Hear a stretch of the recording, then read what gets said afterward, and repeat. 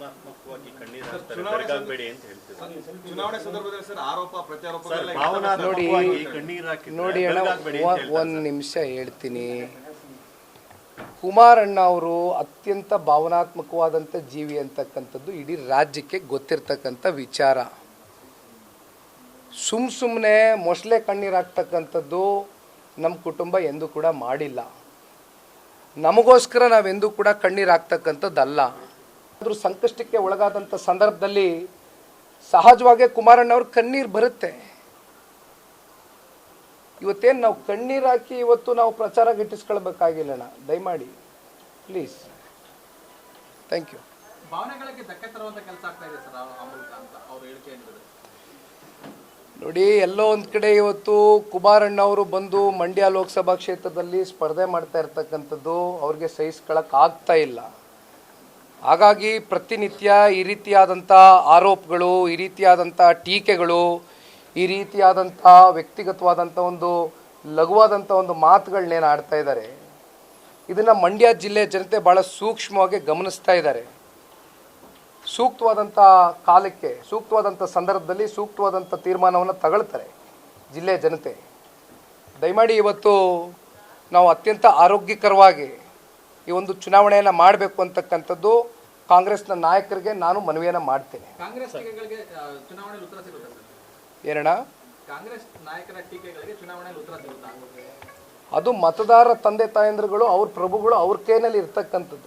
ಈ ಪ್ರಜಾಪ್ರಭುತ್ವದ ಒಂದು ವ್ಯವಸ್ಥೆಯಲ್ಲಿ ಅವ್ರಿಗೆ ಇರ್ತಕ್ಕಂಥ ಒಂದು ಹಕ್ಕು, ಸರಿಯಾದಂಥ ಒಂದು ಅಭ್ಯರ್ಥಿಯನ್ನು ಆಯ್ಕೆ ಮಾಡುವ ಮೂಲಕ ಅವರು ಮಂಡ್ಯ ಜಿಲ್ಲೆಯ ಒಂದು ಅಭಿವೃದ್ಧಿ ವಿಚಾರವಾಗಿ ಜಿಲ್ಲೆಯ ಜನತೆ ಸರಿಯಾದಂಥ ಒಂದು ತೀರ್ಮಾನ ತಗೊಳ್ತಾರೆ ಅಂತಕ್ಕಂಥದ್ದು ನಾನು ಭಾವಿಸಿದ್ದೇನೆ. ನೀವು ನಿಂತ ಸಂದರ್ಭದಲ್ಲಿ ಹೊರಗಿನವರು ಸ್ವಾಭಿಮಾನ ಅಂತೆಲ್ಲ ಬಂತು. ಈಗಲೂ ಅದೇ ಶುರುವಾಗಿದೆ ಸರ್.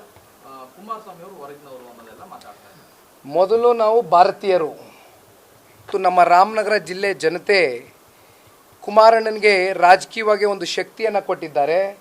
ಇಡೀ ರಾಜ್ಯದಲ್ಲಿ ಎಲ್ಲಿ ಬೇಕಾದರೂ ಕುಮಾರಣ್ಣವರು ಹೋಗಿ ನಿಲ್ತಕ್ಕಂಥ ಒಂದು ಶಕ್ತಿ ನಮ್ಮ ಪಕ್ಷದ ಕಾರ್ಯಕರ್ತರು 7.5 ಕೋಟಿ ಕನ್ನಡಿಗರು ನಮಗೆ ಕೊಟ್ಟಿರ್ತಕ್ಕಂಥದ್ದು. ಹಾಗಾಗಿ ಇವತ್ತು ಯಾರು ಬಂದು ಎಲ್ಲಿ ಸ್ಪರ್ಧೆ ಮಾಡಬೇಕು ಅಂತಕ್ಕಂಥದ್ರ ಬಗ್ಗೆ ಅದು ಜನ ತೀರ್ಮಾನ ಮಾಡ್ತಾರೆ.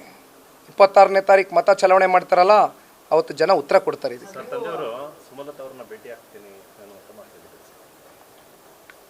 BJPಯ ಮುಖಂಡರುಗಳನ್ನ ಈಗಾಗಲೇ ನಾರಾಯಣಗೌಡರು ಇರ್ಬೋದು, ಅಶೋಕ್ ಜಯರಾಮ್ ಅವರು ಇರ್ಬೋದು, ಸ್ವಾಮಿಗೌಡರು ಇರ್ಬೋದು, ಇಂದ್ರೇಶ್ ಅವರು ಇರ್ಬೋದು, ಮುನ್ರಾಜು ಅವರು ಇರ್ಬೋದು, ಈ ರೀತಿ ಬಹುತೇಕ ಇರ್ತಕ್ಕಂಥ ನಮ್ಮ ಸಚ್ಚಿ ಅವರು ಇರ್ಬೋದು, ಈ ರೀತಿ ಬಹುತೇಕ ಎಲ್ಲ ಮುಖಂಡರುಗಳು ನಮ್ಮ ಸಂಪರ್ಕದಲ್ಲಿ ಈಗಾಗಲೇ ಏನಿದ್ದಾರೆ.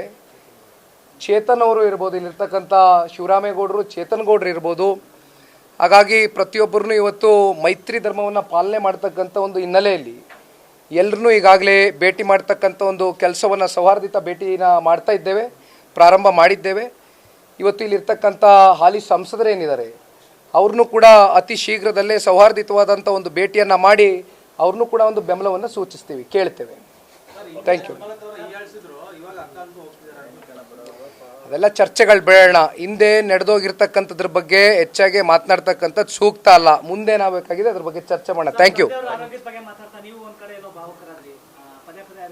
ಇರಲಿ, ಅದ್ರ ಬಗ್ಗೆ ಏನಾಗಬೇಕಣ್ಣ, ಇವಾಗ ತಂದೆ ಮಗಂದು ಇದ್ದೇ ಇರ್ತದಲ್ವೇ, ಅದನ್ನೆಲ್ಲ ನಾನು ಆಚೆ ಕಡೆ ಇವತ್ತು ಮಾತನಾಡ್ತಕ್ಕಂಥದ್ದು ಸರಿಯಲ್ಲ. ಅವ್ರು ನಮ್ಮ ತಂದೆ, ನಾನು ಅವ್ರ ಮಗ ಅಷ್ಟೇ. ಅಲ್ಟಿಮೇಟ್ಲಿ ನಮ್ಮ ಮನೇಲಿ ಕೂತ್ಕೊಂಡು ಚರ್ಚೆ ಮಾಡ್ತೀವಿ. ಇದನ್ನೆಲ್ಲ ಬೀದಿ ರಂಪಾಟ ಮಾಡೋದು ಬೇಡ. Thank you. ನ್ಯೂಸ್ ಫಸ್ಟ್, ನಿರ್ಭೀತಿಯಿಂದ ನಿಮ್ಮ ಪರವಾಗಿ.